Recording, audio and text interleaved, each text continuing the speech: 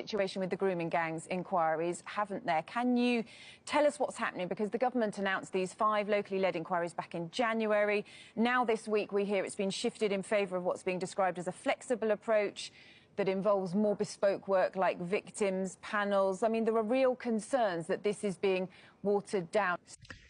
Doesn't it open a massive field of suggestion that these ministers now have taken over a job of an independent body? Why? Why would they do such a thing? What have they got to hide again? What are they trying to cover up, if anything? So what we're doing is increasing the action on these vile crimes, child sexual exploitation and abuse. And understandably, victims and survivors want stronger action. What survivors want is the truth and not your interference. Public national inquiry is needed, not this. That's what we're doing. There has been a huge amount of misinformation this week. Sadly, party political misinformation. It is just wrong. We're not watering anything down. We're actually increasing and strengthening the action that we are taking.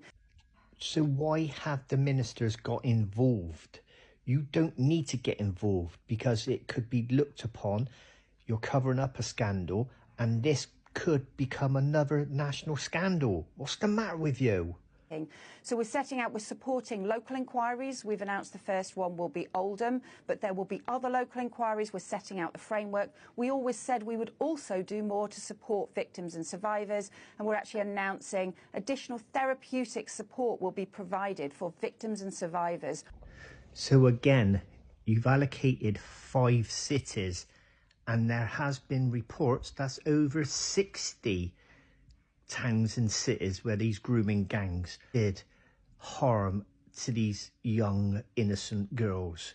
So why are you not giving support to the other towns and cities within our nation?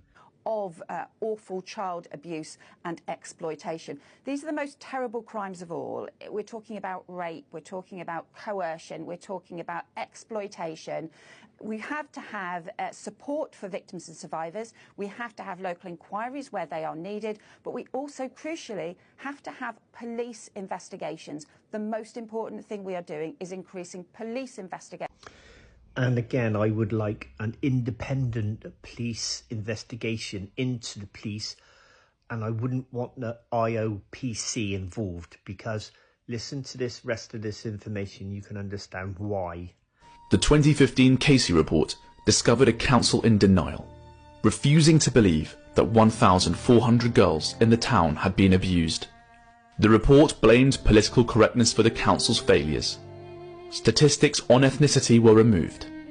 Pakistani taxi drivers were described as men of a certain ethnicity engaged in a particular occupation.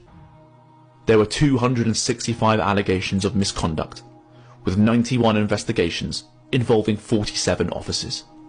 Of those, only 5 suffered any penalties. Nobody was fired.